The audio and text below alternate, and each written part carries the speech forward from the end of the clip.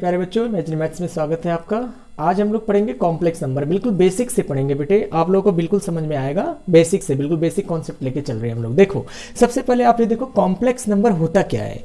आप लोगों को एक तो जानते होंगे रियल नंबर। रियल नंबर का मतलब जो भी नंबर आप सोच लें वो सारे रियल हैं, और अगर हम रियल से बाहर चले जाएं तो इमेजिनरी आ जाता है। अब इमेजिनरी नंबर और रियल पार्ट अगर ये दो आपस में मिल जाए तो उसे हम बोलते हैं कॉम्प्लेक्स नंबर। एक्स आपका रियल पार्ट है, एक्स आपका क्या है, रियल पार्ट है। Y imaginary part. इसे इमेजिनरी पार्ट इसलिए बोला जाता है क्योंकि इसके साथ आई लगा हुआ है, जिसको हम लोग आयोटा बोलते हैं। क्या बोलते हैं? आयोटा। ठीक है बेटे। अब देखो, जैसे आप लोग जानते होंगे √4, तो √4 की वैल्यू आप लोग जानते होंगे +-2 होता है। लेकिन अगर मैं √-4 दे दूं तो बेटे √-4 की वैल्यू आपको लिखना पड़ेगा √4 इंटू √-1, और इसकी वैल्यू लिखना होगा +-2, और ये बन जाता इमेजिनरी। ये बन जाता है इमेजिनरी, जिसको हम बोलते हैं आयोटा, आई, यानी कि +-2 आयोटा हो जाएगा। बेटे एक कंडीशन है। अब क्वेश्चन ये उठा आयोटा की वैल्यू √-1 है। अब इसमें बहुत सारे कॉन्ट्राडिक्शन होता है। अब iota square is equal to -1, तो बच्चे ये सोचते हैं, बहुत सारे लोग ये सोचते हैं भाई आयोटा स्क्वायर -1 होता है। माइंड में आएगा आप लोगों के भी, जब आप सॉल्व करोगे तो आप कहोगे सर जी ये तो √-1 का अगर मल्टीप्लाई करें तो √-1 तो +1 हो जाता है, क्योंकि √a into √b is equal to √ab होता है ना। ये आपका होता है, आप लोग ये शुरू से पढ़ते हुए आए होंगे। लेकिन बेटे यहाँ पे अगर आप मल्टीप्लाई करोगे तो देखो यहाँ पे क्या हो जाएगा 1, तो आप कहोगे सर जी आयोटा स्क्वायर की वैल्यू तो +1 होना चाहिए, आपने यहाँ -1 क्यों लिखा। बेटे ध्यान देना, ये हमारा जो √a √b जो होता है ना, ये सभी के लिए वैलिड नहीं है। अगर हमारे दोनों नॉन नेगेटिव, जैसे मान लेते हैं ये ऐसे हैं आपका √a और √b is not equal to √ab। ये कब होगा? अगर हमारा a<0 और b<0 है। अगर इस तरीके से हमारे नंबर हैं तो आप √ab कंडीशन अप्लाई नहीं कर सकते। हाँ, अगर ये आपका नेगेटिव है, ये पॉजिटिव है तो कर सकते हो। ये पॉजिटिव है, नेगेटिव है, कर सकते हो। ये दोनों हमारे पॉजिटिव है तो कर सकते हो। लेकिन अगर ये दोनों नेगेटिव हुआ तो बेटे आपका अप्लाई ये नहीं होता, ये रॉन्ग है। ठीक है, तो यानी इसके लिए फेल हो जाएगा। तो अब जैसे क्वेश्चन ये है तो इसको सॉल्व कैसे करेंगे? बहुत सारे बच्चे बोलेंगे सर जी √6 नहीं, √6 नहीं होगा बेटे, ये माइनस है, माइनस है, माइनस आपका क्या होगा? जैसे √2 √3 आप जब करोगे इनका आपस में मल्टीप्लाई तो माइनस आपका क्या हो जाएगा? बाहर हो जाएगा, और √ कितना हो जाएगा आपका?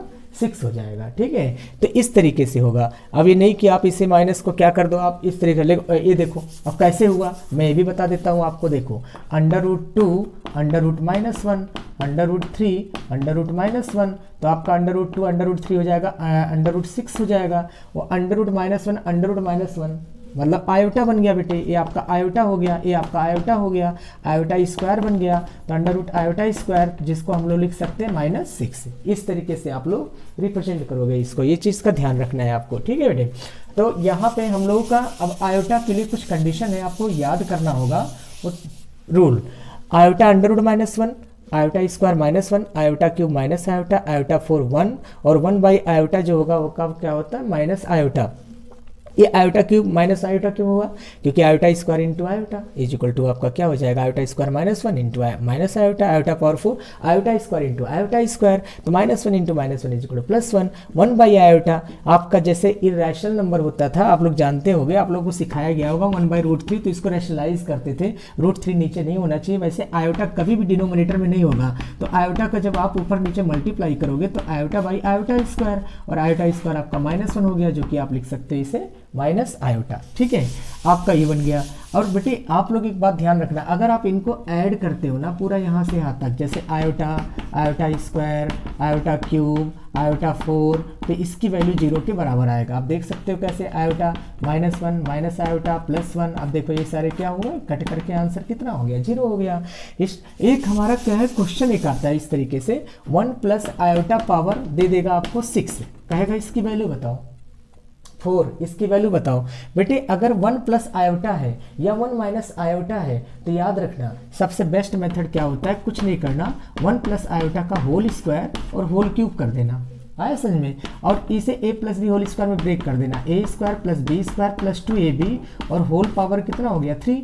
आयोटा स्क्वायर आपका -1 होता है, -1 + 1 क्या हुआ, कट गया, 2 2 जा 4 2 जा 8 आयोटा क्यूब हो गया, और आयोटा क्यूब की वैल्यू आपका माइनस आयोटा, जिसको आप लिख सकते हैं -8 आयोटा, इस तरीके से। ठीक है, तो आपका जब भी 1 + आयोटा या 1 - आयोटा होगा तो आप होल स्क्वायर में ब्रेक करोगे, याद रखना इस चीज़ को। ठीक है, ये आपके लिए बड़ा हेल्प करेगा कैलकुलेशन के लिए। अच्छा, जैसे अगर मान लेते हो आ गया आयोटा पावर -258 की वैल्यू बताओ, तो 1 / आयोटा पावर 258 लिख देना, इसको पॉजिटिव लिख देना। ठीक है, अब बेटे देखो इस 4 के पावर में ब्रेक करना। 4 के पावर में ब्रेक क्यों करेंगे, क्योंकि आयोटा पावर 4 की जो वैल्यू होता है आपका क्या होता है, 1 होता है, तो इसको 4 के पावर में ब्रेक करोगे तो आपके लिए बेनिफिट होगा। अब देखो मैं आपको ट्रिक बता रहा हूँ, क्या करना है आपको, कुछ नहीं, 4 से आप इसको डिवाइड कर दो। 4 से जब डिवाइड करोगे तो रिमाइंडर कितना बचेगा, देखो 4 6 जा, ये देखो मैं डिवाइड करके आपको दिखा रहा हूँ, 4 6 जा कितना हो गया बेटे 24, अब आपका आ गया 18, 4 4 जा कितना हो गया 16, रिमाइंडर कितना आया बेटे 2। तो आपका बस कुछ नहीं करना, यहाँ रिमाइंडर 2 लिख देना, बस आया समझ में, जो रिमाइंडर आया ना वो आप यहाँ लिख देना बस, है ना। अब 1 / कितना लिख देना आप लोग, आयोटा स्क्वायर, और 1 / आयोटा स्क्वायर की वैल्यू कितना होता है आपका -1, तो आपका आंसर हो जाएगा -1 हो जाएगा। ठीक है, ये चीज़ का आप ध्यान रखना, इस तरीके की कंडीशन। अच्छा, अगर मान लेते हैं ऐसे कोई क्वेश्चन आ गया आपका 1 + आयोटा 1 - आयोटा और होल पावर n = 1, और आपसे पूछ लिया कि n की वैल्यू क्या होगा, तो सिंपल सी बात है 1 की वैल्यू हम यहाँ पे ऐसा क्या लिखेंगे, यानी इसको भी इस फॉर्म में लेके आएंगे। तो आपके पास क्या तरीका, 1 - आयोटा नीचे है ना, बस आपको क्या करना है 1 - आयोटा यहाँ से हटाना है, तो 1 - आयोटा यानी 1 + आयोटा का ऊपर नीचे आप क्या कर दोगे, मल्टीप्लाई कर दोगे। जैसे मल्टीप्लाई करोगे आपका आ जाएगा 1, और ये बन गया 1 + आयोटा होल स्क्वायर, तो a² + b² + 2ab और डिवाइडेड बाई 1 - आयोटा स्क्वायर, और पावर कितना हो जाएगा n = 1। बेटे ध्यान देना, आयोटा स्क्वायर -1 होता है, -1 + 1 कट गया, और ये 1 + 1 कितना हो गया 2, 2 से 2 कट गया। अब आपका आ जाएगा ये आयोटा पावर n = 1 आ गया, 1 को लिख दोगे आप आयोटा पावर 4, तो n की वैल्यू कितना हो जाएगा 4 हो जाएगा आपका। ठीक है, चलिए एक क्वेश्चन और लेते हैं ऐसे हम लोग। एक क्वेश्चन काफ़ी अच्छा क्वेश्चन है, ये है आपका देखो एक नेक्स्ट क्वेश्चन हम लोग लेते हैं, काफ़ी अच्छा क्वेश्चन है बेटे, -1। देखो ये इस तरह से जो कॉम्प्लेक्स नंबर होते हैं इसके आपके कुछ फार्मूले हैं, वो फार्मूले आपको बड़ा ध्यान रख करके करना है। ठीक है, देखो एक क्वेश्चन हमने लिया, एक x = लिया यहाँ पे 3 + आयोटा है ना, 3 + आयोटा है, और आपको निकालना है x³ -3x² -8x और प्लस कितना 15, ये आपको फाइंड करना है बेटे। अब देखो इसको फाइंड करने के लिए कई तरीके हैं, बहुत सारे बच्चे क्या करेंगे x³ निकालेंगे, x³ निकालने के बाद में फिर x² इस तरीके से निकालेंगे, फिर वैल्यू पुट करेंगे, फिर आंसर निकालेंगे। बड़े लेंदी प्रोसेस है, ऐसा नहीं करना आपको। आप क्या काम करो, ये जैसे x = 3 + आयोटा दिया हुआ है, तो आप इसको इधर ले आओ, x - 3 = आयोटा, आयोटा को अकेला रख लो और स्क्वायरिंग बोथ साइड कर दो, तो a² प्लस कितना हो जाएगा आपका b² माइनस कितना हो जाएगा आपका 2ab, यानी कि कितना हो गया 6x, और आयोटा स्क्वायर की वैल्यू -1 हो गया। आप इसको इधर लेके आओगे तो -1 जैसे इधर लाओगे आप +1 बन जाएगा, तो -6x और प्लस कितना हो जाएगा 10 = 0। बेटे आयोटा स्क्वायर -1, तो माइनस जब इधर आएगा तो आपका +1, 9 + 1 10 आ गया, ये आ गया आपका। अब इससे इसको आप डिवाइड कर दो, क्या कर दो डिवाइड। जैसे आप डिवाइड करोगे, देखो डिवाइड करते ही आपका क्या आ जाएगा, देखो x³ -3x² -8x + 15। अब आपका डिवाइड जब करोगे तो x टाइम्स गया, जैसे x टाइम्स ले जाओगे x³ और माइनस कितना हो जाएगा 6x² प्लस कितना हो जाएगा 10x। अब आपका आ जाएगा minus plus minus cancel, 6 - 3 3x², ये आपका आ जाएगा -18x और प्लस 15। अब कितने टाइम्स जाएगा प्लस 3 टाइम्स, जैसे 3 टाइम्स ले जाओगे 3x² -18x प्लस कितना हो जाएगा 30, और ये हो जाएगा माइनस प्लस माइनस, ये कैंसिल होकर के आंसर कितना हो जाएगा -30। तो आपका डायरेक्ट आंसर कितना हो जाएगा -30 हो जाएगा, है ना। इस तरह से देख सकते हैं कितना आसानी से आ गया। सॉरी स्टूडेंट्स, 15 - 30 हो जाएगा आपका -15, तो आपका आंसर आ गया -15। तो इस तरीके से आप लोग देख सकते हैं क्वेश्चन, है ना। ऐसे क्वेश्चन आपसे पूछ लिए जाते हैं। तो अब देखो यहाँ पे हम लोग पढ़ेंगे बेटे मॉडुलस के बारे में, मॉडुलस और आर्गुमेंट के बारे में। मॉडुलस और आर्गुमेंट क्या होते हैं उनके बारे में देखेंगे। जैसे आपका कार्टेशियन प्लेन होता है ना, कार्टेशियन प्लेन, ये कार्टेशियन प्लेन है आपका, ठीक है। लेकिन यहाँ कार्टेशियन प्लेन ना बोल के हम लोग बोलेंगे आर्गुमेंट प्लेन। क्या बोलेंगे इसे, आर्गुमेंट प्लेन, ठीक है। ये आर्गुमेंट प्लेन है, ठीक है। और इसका यहाँ जो मेरा एक्स एक्सिस है, ये एक्स एक्सिस हमेशा रियल पार्ट होता है बेटे, और जो वाई एक्सिस होता है वो क्या होता है, इमेजिनरी पार्ट होता है। इस चीज़ का ध्यान रखना। अब जैसे मान लेते हैं यहाँ पे कोई पॉइंट हमने ले लिया पी एक्स वाई ले लिया। अब आपको जैसे कोई जेड इज इक्वल टू, मैंने कोई कॉम्प्लेक्स नंबर लिया एक्स प्लस आयोटा वाई लिया, तो इसका कोऑर्डिनेट क्या होगा, एक्स कॉमा वाई होगा। इसका कोऑर्डिनेट आपका x कॉमा वाई होगा। तो x कॉमा वाई हो गया, यहाँ से हमने परपेंडिकुलर डाल दिया इस पे ऐसे, और ये हमारा एंगल हो गया थीटा। आपका ये डिस्टेंस x है, डिस्टेंस y है, तो ये r हो गया। अब r की वैल्यू पाइथागोरस थ्योरम से जब आप निकालोगे तो X square plus Y square हो गया, जिसको हम मॉड बोलते हैं। क्या बोलते हैं, मॉड। यानी अगर आपने इसका मॉड z निकाला, मॉड z, तो अंडर रूट में क्या आएगा आपका X square plus Y square. Squaring both side कर देंगे तो यही चीज़ आ गया। मतलब ये हमारा क्या है, मॉडुलस जो होता है एक टाइप का लेंथ है, ये लेंथ है। मैग्नीट्यूड जिसको बोलते हैं मैग्नीट्यूड, यानी कि मैग्नीट्यूड जो आ गया आपका, मैग्नीट्यूड आपका, या फिर मॉडुलस हो गया आपका आर या mod Z equal to under root X square plus Y square. X square plus Y square का मतलब real part square plus imaginary part square. जैसे मान लो आपके पास आ गया 3 प्लस आयोटा, बेटे ये कॉम्प्लेक्स नंबर है। क्या है, कॉम्प्लेक्स नंबर। देखो 3 प्लस आयोटा तो हो जाएगा अंडर रूट कितना हो जाएगा, 9 प्लस 1, यानी कि रियल पार्ट स्क्वायर यानी 9। इमेजिनरी पार्ट बोल रहे हैं बेटे। यहाँ बहुत सारे बच्चे सोचते हैं आयोटा का स्क्वायर, नहीं, आयोटा का जो कोफिशिएंट होता है वो पार्ट होता है। एक्स का मतलब होता है real part square plus imaginary part square. तो इमेजिनरी पार्ट का मतलब 1, तो 9 3 स्क्वायर और प्लस 1 इज इक्वल टू आपका अंडर रूट 10 आ गया। मान लेते हैं ऐसे क्वेश्चन आ गया 2 minus 3 iota divided by 4 plus 3 iota, ऐसा आ गया। तो मॉडुलस प्रॉपर्टी जब आपको समझाऊंगा तो वहाँ पे बताया जाएगा ये जो मॉड होते हैं ना बेटे, ये आपके अलग अलग हो जाते हैं। ये मॉड प्रॉपर्टी आपको सेटिस्फाई हो जाएगा, ये प्रॉपर्टी में आएगा आपका। प्रॉपर्टी में लिखवाऊंगा सारा, मॉडुलस प्रॉपर्टी, आर्गुमेंट प्रॉपर्टी, सारा बताऊंगा आपको। अभी आप समझ लो बेसिक। तो आप देखो इस तरह से मॉड अलग कर दिया। अब इसे स्टैंडर्ड फॉर्म में करने की जरूरत नहीं है। बहुत सारे बच्चे इसको स्टैंडर्ड फॉर्म करेंगे, इसको स्टैंडर्ड फॉर्म करेंगे तब मॉडुलस निकालेंगे। नहीं, मॉडुलस की प्रॉपर्टी होती है बेटे, आप दोनों को मॉड लिख दो और अंडर रूट में लिख दो 4 और plus 9 divided by under root 16 plus 9। आप डायरेक्ट आंसर लिख दोगे अंडर रूट 13/5। ये हो गया आपका मैग्नीट्यूड और मॉडुलस हमारा निकल के आ गया। तो आप लोग समझ गए होंगे मॉडुलस क्या होता है। मॉडुलस का मतलब हो गया मैग्नीट्यूड रियल पार्ट स्क्वायर और plus imaginary part square, under root में कर दोगे आप, आपका मॉडुलस निकल के आ जाएगा। अब आर्ग्यूमेंट को हम एम्पलीट्यूड भी बोलते हैं बेटे। आर्ग्यूमेंट को हम एम्पलीट्यूड भी बोलते हैं। ये होता क्या है एम्पलीट्यूड और आर्ग्यूमेंट, इसका मतलब समझना बेटे आप। आर्ग्यूमेंट एम्पलीट्यूड का मतलब होता है टैन थीटा, और टैन थीटा होता है आपका परपेंडिकुलर अपॉन बेस, यानी कि y अपॉन एक्स। तो आप लिख देंगे y अपॉन एक्स। y क्या है आपका इमेजिनरी पार्ट, x क्या है आपका रियल पार्ट। और जो ये थीटा है ना बेटे, ये थीटा का जो प्रिंसिपल वैल्यू है वो -π से बड़ा और पाई के इक्वल। आ रहा समझ में, ये चीज़ होता है आपका प्रिंसिपल ब्रांच, ये रेंज होता है। आपको पूछ लेते हैं कि भाई थीटा हमारा किसके बीच में लाई करेगा, तो -π से पाई के बीच में लाई करेगा। जो प्रिंसिपल ब्रांच है इसका टैन थीटा की वैल्यू इसी के बीच में होगा। अब बेटे यहाँ पे जो आर्गेंट प्लेन हम लोग आर्गेंट प्लेन बोलते हैं, आर्गुमेंट प्लेन लिखा मैंने, आर्गुमेंट प्लेन भी बोल सकते हो, आर्गेंट प्लेन है, आर्गेंट प्लेन या गॉसियन प्लेन भी बोलते हैं इसको, आर्गेंट प्लेन। ये आर्गेंट प्लेन है। आर्गेंट प्लेन देखो एक होता है कार्टेशियन प्लेन। कार्टेशियन प्लेन आपका जो कोऑर्डिनेट प्लेन होता है, और आर्गेंट प्लेन हमेशा कॉम्प्लेक्स नंबर को रिप्रेजेंट करने के लिए बनाया जाता है। जो एक्स एक्सिस होता है वो रियल होता है और जो वाई एक्सिस होता है वो इमेजिनरी होता है आपका, ठीक है। तो आर्गुमेंट या एम्पलीट्यूड अगर आपको निकालना होगा तो फार्मूला ये हो गया वाई अपॉन एक्स, यानी imaginary part upon real part. अब बेटे इसमें हमारे क्या होते हैं ना, कुछ कंडीशन होते हैं। जैसे आपका ऐसा भी हो सकता है इस क्वाड्रेंट में आ गया, हो सकता है इस कोऑर्डिनेट में आ जाए, क्वाड्रेंट में आ गया, हो सकता है इस क्वाड्रेंट में आ जाए, हो सकता है इस क्वाड्रेंट में आ जाए, यानी कि 4 क्वाड्रेंट है।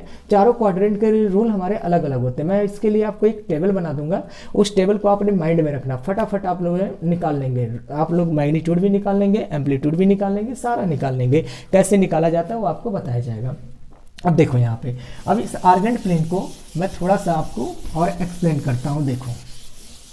देखो यहाँ पे आप लोग ये टेबल याद रखना बच्चे, ये जो टेबल बना रहा हूँ मैं, ये आपका एक्स एक्सिस है, ये आपका वाई एक्सिस है। यहाँ पे अगर कोई पॉइंट बनता है तो आप थीटा की वैल्यू π/2 लिखना, और यहाँ पे अगर कुछ बनता है तो थीटा की वैल्यू -π/2 लिखना, और अगर यहाँ पे आता है तो थीटा की वैल्यू आप 0 लिखना, और यहाँ कुछ आता है तो थीटा की वैल्यू पाई आएगा। और यहाँ अगर फर्स्ट क्वाड्रेंट में अगर बनता है आपका कोई कॉम्प्लेक्स नंबर तो इसकी वैल्यू अल्फा हो जाएगा, और अगर सेकंड क्वाड्रेंट में बनता है तो उसके पाई माइनस अल्फा लिख देना आप, है ना। और अगर थर्ड क्वाड्रेंट में बनता है कोई कॉम्प्लेक्स नंबर तो उससे अल्फा माइनस पाई लिख देना। और इसके बाद अगर यहाँ बनता है हमारे पास प्लस माइनस में, तो आपको यहाँ पे क्या लिख देना, माइनस अल्फा लिख देना, थीटा की वैल्यू, यानी जो आर्गुमेंट की वैल्यू है, जो थीटा है आपका, वही ये आ जाएगा, ठीक है। तो यहाँ पे जैसे मैं आपको एग्जांपल से समझाऊंगा तो बहुत अच्छे से समझ में आ जाएगा। और ये टेबल आपको याद होना चाहिए बेटे। थीटा का जो ब्रांच होता है फिर मैं बता देता हूँ, माइनस पाई से लेकर के पाई के बीच में होगा। अब देखो मैं एग्जाम्पल ले रहा हूँ बेटे एक। अब मैंने एक एग्जाम्पल लिया 0+2 आयोटा, ये जेड है, जेड इंटीजर से भी लिखते हैं बेटे, है ना, इसलिए जेड को ऐसे काट देते हैं तो ये बन जाता है कॉम्प्लेक्स नंबर। नहीं तो इसे इंटीजर समझ लोगे, है ना, इसलिए इसको थोड़ा सा नोटेशन थोड़ा चेंज किया गया है, एक काट देते हैं ऐसे, तो बन गया ये कॉम्प्लेक्स नंबर। 0+2 आयोटा जैसे लिख दिया मैंने। अब आपका ये प्योरली इमेजिनरी है। प्योरली इमेजिनरी का मतलब क्या हुआ, केवल आयोटा के फॉर्म में अगर है तो प्योरली इमेजिनरी हो गया। तो ये आपका क्या हो जाएगा, 2 है तो प्योरली इमेजिनरी हो गया आपका, ठीक है। आयोटा है इसके साथ लगा हुआ है, प्योरली इमेजिनरी हो गया, ठीक। तो अगर यहाँ पे केवल मैंने 3 लिख दिया तो ये प्योरली रियल है। अगर केवल आयोटा लिख दिया तो ये प्योरली इमेजिनरी है। अब मैं बोलूँ बेटा इसका कोऑर्डिनेट क्या होगा, तो इसका कोऑर्डिनेट आप बताओगे 0,2। क्या बताओगे आप, 0,2। ये 0,2 कहाँ लाई करेगा, 0,2 वाई एक्सिस पे लाई करेगा। तो इसका थीटा की वैल्यू आ गया डायरेक्ट डेरिवेटिव π/2। थीटा की वैल्यू क्या आ गया, डायरेक्ट π/2, देख लो π/2 आ गया। और मैग्नीट्यूड क्या आया, r क्या आ गया, r = 0² + 2 का स्क्वायर यानी 2, यानी कि जो ये 2 है ना वही आपका मैग्नीट्यूड बन जाएगा। चलो एक और एग्जांपल लेते हैं इस तरह से, तो आपको और ज़्यादा समझ में आएगा। चलिए देखिए, यहाँ पे हमने लिया, मान लो z मैंने ले लिया -3 और +0 आयोटा, ये ले लिया। मैं आपसे बोलूं बेटा इसका मैग्नीट्यूड और आर्गुमेंट दोनों निकालो, तो आप कहोगे सर जी ये -3,0 है, ये लाई करेगा हमारा यहाँ पर, तो इसका तो थीटा आ गया पाई और r आ गया क्या, r आ गया आपका √ real part square plus imaginary part square. तो ये सब लिखने की जरूरत नहीं है, आप डायरेक्ट यहाँ पे 3 लिख दिया करो। डायरेक्ट r की वैल्यू 3 हो गया और थीटा की वैल्यू पाई हो गया। देखिए फटाफट आ गया। जैसे z की वैल्यू कोई आपसे दे दिया माइनस आयोटा, ये दे दिया कि भाई इसका मैग्नीट्यूड और एम्पलीट्यूड दोनों बताओ, तो मैग्नीट्यूड क्या हो जाएगा, सीधा r की वैल्यू जब आप निकालोगे मॉड z यानी r निकालोगे, तो आप इसके कोफिशिएंट को देखो, -1 है तो -1 में नहीं लिखना, मैग्नीट्यूड हमेशा लेंथ होता है बेटे, मैग्नीट्यूड की वैल्यू 1 आएगा, ठीक, नेगेटिव नहीं लेंगे तो आप 1 लिख देना। और थीटा क्या आएगा, आप देखो यहाँ पे 0 लिख दो, तो 0 - 1 कहाँ पे लाई करेगा, 0 - 1 लाई करेगा आपका नीचे, तो थीटा की वैल्यू आपका आ जाएगा -π/2। थीटा की वैल्यू -π/2 आ गया बेटे। ये तो आपका अब गया थीटा और मैंने थीटा और आर के बारे में बताया। एक होता है पोलर फॉर्म। पोलर फॉर्म क्या होता है, जो कॉम्प्लेक्स नंबर होता है उसको उसी फॉर्म में चेंज कर देते हैं। जैसे z आ गया r cos theta plus iota sine theta, ये होता है आपका पोलर फॉर्म, यानी कि cos थीटा और आयोटा साइन थीटा के फॉर्म में लिख दिया। ये क्या है बेटे, जैसे देखो सिंपल सा कॉन्सेप्ट बता रहा हूँ मैं आपको, -√3 प्लस आयोटा है। अब हमें कुछ यहाँ पे इस फॉर्म में लेके आना है, r cos theta plus iota sine theta. ये थीटा आपका क्या है, आर्गुमेंट क्या है, r क्या है, मैग्नीट्यूड है। अब इसका मैग्नीट्यूड कैसे निकालोगे, r = real part square. Real part square क्या है आपका, -√3 का square plus imaginary part square 1 का स्क्वायर, 3 + 1 4, 4 का √2, r आ गया आपका। अब बेटे tan थीटा निकालोगे, तो tan थीटा = b/a, तो b की वैल्यू 1 और बाई -√3, तो 1/√3 कब होता है, ये होता है 30 डिग्री। अब देखो यहाँ मैं आपको समझा रहा हूँ, बहुत ध्यान से देखना। ये -1/√3 बच्चे सोचते हैं सेकंड क्वाड्रेंट और ट्रिग्नोमेट्री वाला सिस्टम सोच लेते हैं, नहीं, आपको ट्रिग्नोमेट्री का केवल पॉजिटिव वैल्यू लेना है बस। ये नेगेटिव हो या पॉजिटिव हो हमें कोई मतलब ही नहीं है, हमें केवल यहाँ पे π/6 लेना है। tan थीटा की वैल्यू 1/√3 कब होता है, 30 पे होता है, π/6 लिख लो। अब देखो बेटे, अब देखो ये हमारा कौन से क्वाड्रेंट में बन रहा है, माइनस प्लस कौन से क्वाड्रेंट में आ रहा है, सेकंड में। और सेकंड में क्या होता है, पाई माइनस अल्फा। तो आपको बस यहाँ थीटा = लिख देना है पाई माइनस π/6, तो इसका आंसर आ जाएगा 5π/6। और जब आप इसको सॉल्व करोगे, r की जगह पे रखोगे इसे 2 और cos 5π/6 और प्लस आयोटा साइन 5π/6 जब आप रखोगे इसे, तो इसे सॉल्व जब करोगे आप कंप्लीट, तो यही चीज़ वापस आ जाएगा आपका, -√3 प्लस आयोटा वापस आ जाएगा। आप इसको सॉल्व करोगे, cos 5π/6 की वैल्यू, साइन 5π/6 की वैल्यू, यही चीज़ आपको मिल जाएगा बेटे। यही होता है आपका पोलर फॉर्म। पोलर फॉर्म मतलब cos theta plus iota sine theta आ गया और बाद में इसी की फॉर्म में चेंज हो जाता है। अब देखो एक और एग्जांपल लेते हैं ना, एक अच्छा सा एग्जांपल लेते हैं इसी टाइप का। चलो एक छोटा सा ये ले लिया मैंने, z इज इक्वल टू मैंने आपको दे दिया 4 आयोटा। अब मैं बोलूँ r कितना होगा, तो r डायरेक्ट क्या बताओगे 4। अब ये 0,4, 0,4 कहाँ आएगा बेटे, 0,4 ऊपर आएगा, तो थीटा की वैल्यू आपका π/2 हो गया, एक्सिस पे आएगा। क्योंकि प्योरली बेटे जब प्योरली रियल और प्योरली इमेजिनरी होंगे तो एक्सिस पे लाई करेंगे, याद रखना कहाँ लाई करेंगे, एक्सिस पे। और जब कॉम्प्लेक्स नंबर होंगे तो कहाँ लाई करेगा, क्वाड्रेंट में। अब यहाँ पे हमारे पास सीधा आ गया z is equal to 4 cos π/2 और प्लस आयोटा sin π/2 आ गया, बस ये आपका आ गया। ठीक है, आप चाहे इसको सॉल्व करके देख लो, वही आएगा। cos 90 0, sin 90 1, देख लो वही वापस आ गया कि नहीं आ गया। चलिए एक एग्जाम्पल और लेते हैं, अच्छा सा एग्जाम्पल लेते हैं कॉम्प्लेक्स नंबर का। हाँ ये लिया मैंने z इज इक्वल टू, मैंने एक एग्जाम्पल लिया आपका 1 + 2 आयोटा डिवाइडेड बाई 1 - 3 आयोटा। अब इसका आपको निकालना है आर्गुमेंट और मैग्नीट्यूड दोनों निकालना है। ठीक है, मतलब थीटा और r दोनों निकालना है। तो सबसे पहले आप स्टैंडर्ड फॉर्म करो इसको। स्टैंडर्ड फॉर्म कैसे करेंगे बेटे, स्टैंडर्ड फॉर्म करने के लिए 1 + 3 आयोटा का ऊपर नीचे मल्टीप्लाई करोगे, आप ऊपर नीचे मल्टीप्लाई करोगे। अब z इज इक्वल टू हो जाएगा 1 + 3 iota + 2 iota + 6 iota square divided by 1 - 3 9 iota square. आपका आ जाएगा, देखो आयोटा स्क्वायर की वैल्यू क्या होता है -1, तो 1 - 6 कितना हो जाएगा -5 और प्लस आ जाएगा 5 आयोटा डिवाइडेड बाई 10। अलग अलग करोगे, देखो आपका आ गया स्टैंडर्ड फॉर्म आ गया बेटे आपका, ये आपका स्टैंडर्ड फॉर्म आ गया।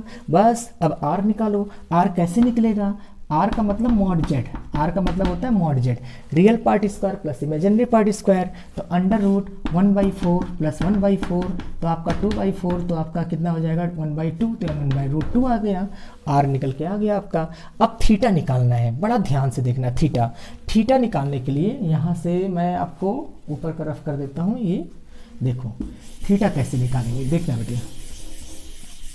थीटा फाइंड करने के लिए आपके पास tan theta is equal to imaginary part upon real part. Imaginary part आपका 1/2 है और रियल पार्ट आपका -1/2 है, तो ये कट कर गया, -1 आ गया। बेटे इसको आपको देखना ही नहीं, माइनस आया या पॉजिटिव आया नहीं देखना, आप सीधा π/4 लिख दोगे बस। tan थीटा की वैल्यू +1 कब होता है, बस ये देखना है, उल्टा मत कर देना, पहले इमेजिनरी फिर रियल। आपको पता है पहले y तब x, क्योंकि tan theta is equal to यहाँ पे होता है ना, ऐसे बनता है ना।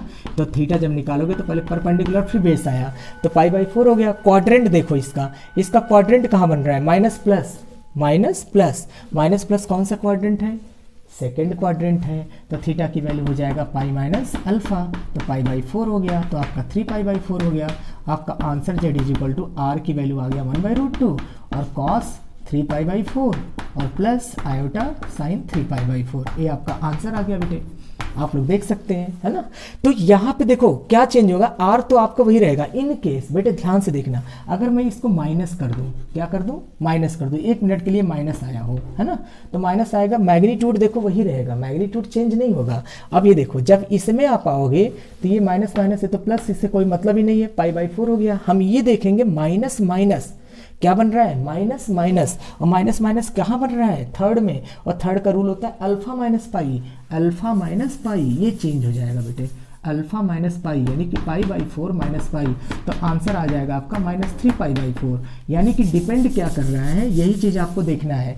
अगर ये माइनस माइनस है तो हमारा थर्ड में, अगर इन केस बेटे ये प्लस आ जाए और ये माइनस आ जाए तो आपका क्या हो जाएगा, r तो वही रहेगा, r जो है वही रहेगा, tan थीटा हो जाएगा आपका b/a, तो आपका आ जाएगा यहाँ पे π/4 तो वही रहा। कौन से क्वाड्रेंट में आ रहा है, प्लस माइनस आपका फोर्थ में आ रहा है, और फोर्थ का रूल फिर क्या हो जाएगा आपका -π/4 आ जाएगा, ये आपका हो जाएगा।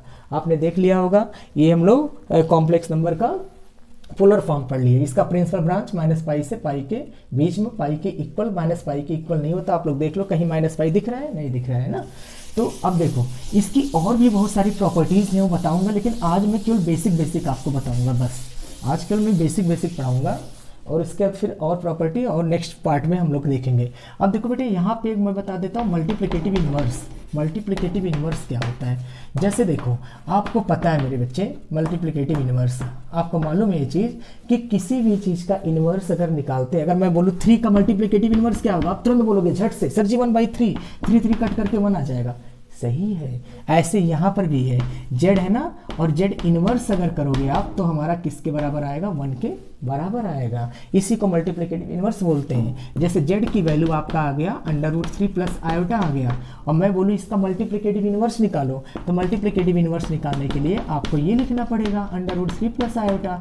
अब बेटे आपको पता है डिनोमिनेटर में आयोटा नहीं होना चाहिए, तो आपको √3 माइनस आयोटा का ऊपर नीचे क्या करोगे, मल्टीप्लाई कर दोगे, और जैसे मल्टीप्लाई करोगे आपका आ जाएगा √3 माइनस आयोटा, नीचे 3 minus iota square, iota square की वैल्यू -1, तो आपका आ जाएगा √3 डिवाइडेड बाई 4, अरे 3 + 1 4, और -1/4 आयोटा। ये बन गया आपका मल्टीप्लिकेटिव इनवर्स। अगर आप इनको और इनको आपस में मल्टीप्लाई करोगे तो 1 के बराबर आएगा। चाहे आप करके देख लेना, चेक करके देख लेना, अगर नहीं आता तो बताना मुझे। ये होता है आपका मल्टीप्लिकेटिव इनवर्स। बेटे अब लोग यहाँ पे मॉडुलस की जो प्रॉपर्टी है और भी देखेंगे, काफ़ी कुछ यहाँ पे हम लोग पढ़ेंगे। कुछ हम लोग एक square root of complex number का कॉन्सेप्ट है वो समझ लो आप, है ना। Square root of complex number, है ना, ये क्या होता है, ये आपके क्वेश्चन बहुत पूछते हैं, इसमें एनडीए में एग्जाम में बहुत आता है।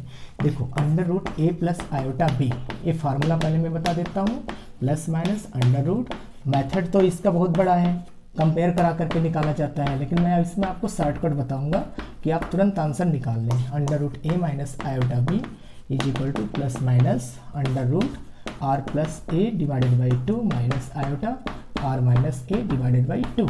ये आपका हो गया square root of complex number.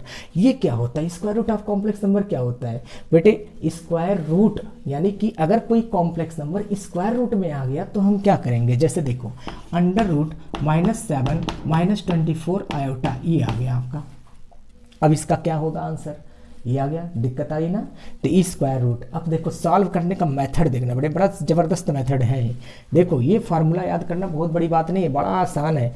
Are को एक बार ए के साथ ऐड करके 2 से डिवाइड, माइनस करके 2 से डिवाइड, और यहाँ बीच में माइनस, जब ये माइनस होगा तो यहाँ माइनस, जब ये प्लस होगा तो यहाँ प्लस, और प्लस माइनस दोनों में रहेगा, बस याद हो जाएगा, देखते याद हो जाएगा, इतना डिफिकल्ट फार्मूला नहीं है।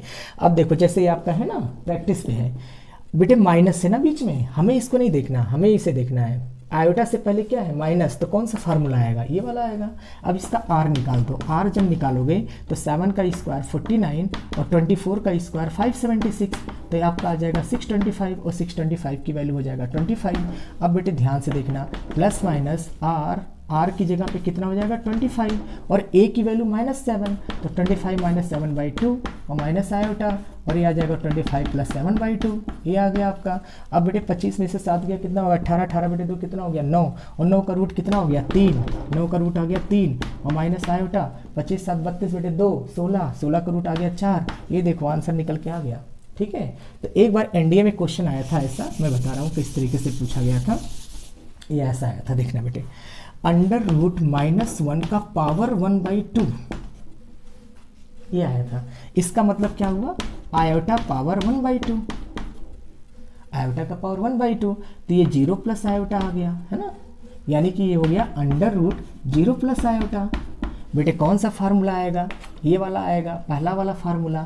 आर निकाल लो, आर फटाक से निकाल लो, 0 + 1 = 1 आ गया। बस यहाँ वैल्यू पुट कर दो, प्लस माइनस √, आर की वैल्यू 1 है, ए की वैल्यू 0 है, 1 + 0/2 प्लस आयोटा, फिर आर की वैल्यू हमारा क्या है 1 है, और -0 हो जाएगा डिवाइडेड बाई 2। ये देखो आपका तुरंत आंसर आ गया 1/√2, और प्लस आयोटा 1/√2, ये आपका आंसर आ गया। आप देख सकते हैं कॉम्प्लेक्स नंबर कितना आसान हो गया बेटे। कभी कभी ऐसा आ जाता है क्वेश्चन, इस तरीके का आ जाता है, ये देखो, ये भी आपके इंडिया में आ चुका जो लिख रहा हूँ मैं। √, ऐसे दे देगा 3 - 4 आयोटा प्लस √3 + 4 आयोटा की वैल्यू बताओ।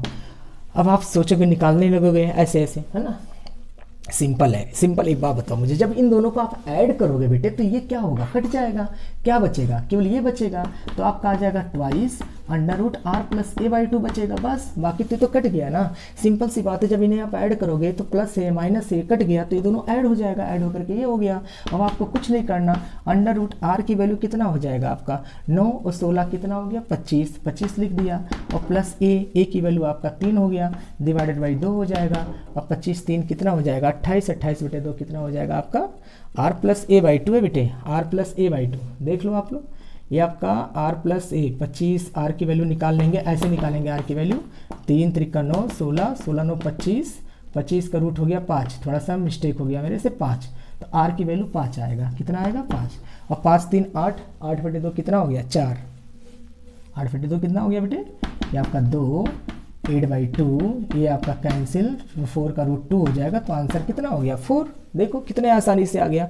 मैंने आपको एक एक स्टेप बताया है, एक एक स्टेप। अगर आप इसके प्रैक्टिस करोगे चुटकियों में क्वेश्चन हो जाएगा। तो इस तरह से आपका ये जो है बेसिक कॉन्सेप्ट मैंने खत्म कर दिया, और नेक्स्ट पार्ट में हम लोग इससे ऊपर के कॉन्सेप्ट पढ़ेंगे।